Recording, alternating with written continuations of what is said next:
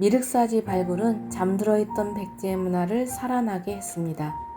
최초, 우수한 등등의 수식어가 어울리는 유물들이 가득 발굴되었습니다.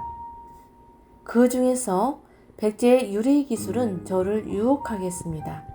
미륵사지 서탑에서 발굴된 사례암 속의 파편 조각의 유리. 완성 모형은 아니지만 유리 파편 속에는 여러 가지 의미를 담고 있습니다. 우리나라의 유리 유물 발견은 기원전 5, 6세기경부터이며 우리나라만의 독특한 유리 제작은 삼국시대부터라고 합니다. 백제의 유리 사용은 마한시대부터이며 물론 외국에서 수입된 제품들입니다. 그 당시 유리는 동서양을 막론하고 최고의 비싼 사치품이었다고 합니다. 유리제 사리병은 부연부와 뚜껑 외에는 형태를 가늠할 수 없을 정도로 얇고 작은 수십 개의 파편으로 발견이 되었으나 유리 제작 기술은 최고로 보입니다. 미륵사지 서탑의 사리 네오에서 발견된 짙은 갈색을 띠는 유리제 사리병의 제작 기술은 현재 재현하기도 어려운 고난도의 기술이라고 키바포드는 전하기도 했습니다. 지금까지 사리 보관함은 금, 동이 많이 발견되었으나 사리 장음구의 유리, 금, 금동, 석재의 사종 구성으로 유리제 용기를 가장 안쪽에 사용한 것은 미륵사지 서탑이 국내에서 최초로 볼 수 있습니다. 유리사리병의 파편 조각을 국립문화재연구소에서 3D 스캔하여 복제한 도면입니다. 3D로 스캔한 설계 도면을 바탕으로 미국의 세계적인 글래스 미니어처 아티스트인 키바포드가 제작한 유리사리병입니다.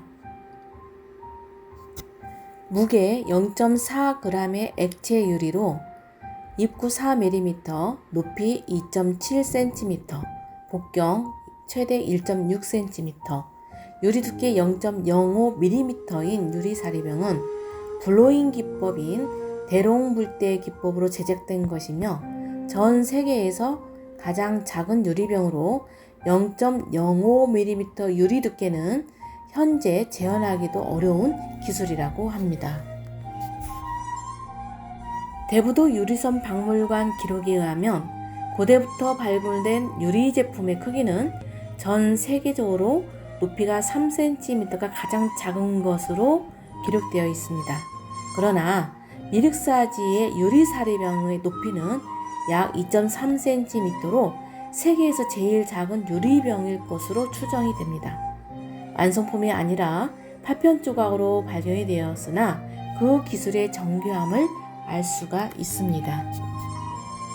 녹색담 유리판은 백제에서 이미 다양한 유리공예품 생산에 필요한 유리공방의 운영을 알 수 있습니다. 사리정음을 바치고 있는 남유리판은 국내산 납이며 산화납 특징을 가진 백제의 특유의 기술로 만들어졌습니다. 남유리의 생산 기술은 익산 지역에서 주로 출토된 산화납이 70% 내로 포함이 되었으며 납의 높은 함량은 백제가 갖고 있는 특수한 기술입니다. 이러한 기술은 유리의 높은 녹눈점을 낮추기 위한 것으로 백제의 유리 제작 기술의 수준이 상당히 높았다는 것을 추정할 수 있습니다. 일본 정창원에 소장되어 있는 일본 왕가의 1급 보물인 유리잔과 잔 받침은 백제의 유리 기술이 우수함을 보여줍니다. 백제의 유리 기술 전파는 정창원의 유리잔에 있는 잔 모형과 잔 받침의 문양으로 유추해 봅니다. 유리잔은 국내 송림사에서 발견된 유리잔과 같은 기법으로 백제에서 제작된 것으로 추정합니다. 유리잔 받침의 문양은 미륵사지 사리 외암에 있는 문양 기법과 같은 것으로 평가되어 백제에서 제작이 되어 일본으로 전해졌을 것으로 추정합니다.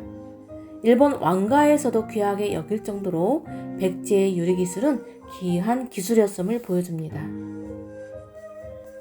유리사리병은 우리나라에서 현존하는 가장 오래된 유리제 사리병이지만 파편 조각으로 발견이 되어 아쉬움이 있습니다. 유리사리병의 파편 모양은 밖으로부터의 충격이기보다는 유리사리병 안에서 밖으로 압력에 의한 깨짐일 것으로 보입니다. 유리사리병의 파편은 구경 4mm의 사리병 입구에 들어갈 수 있는 부처님 진신사리 일과에 의한 사리 증과 현상으로 유리사리병이 파손됐을 것으로 조심스럽게 예상해 봅니다. 미륵사지에서 발견된 이러한 유리사리병의 파편 조각은 현재에도 재현하기 어려운 고난도의 블로잉 기법의 유리 제작 기술을 보여주고 있으며 그 당시 부처님 진신사리를 보관할 정도의 귀한 보석인 유리를 국내에서 최초로 제작한 유리제 사리병으로서 큰 의미가 있다고 하겠습니다.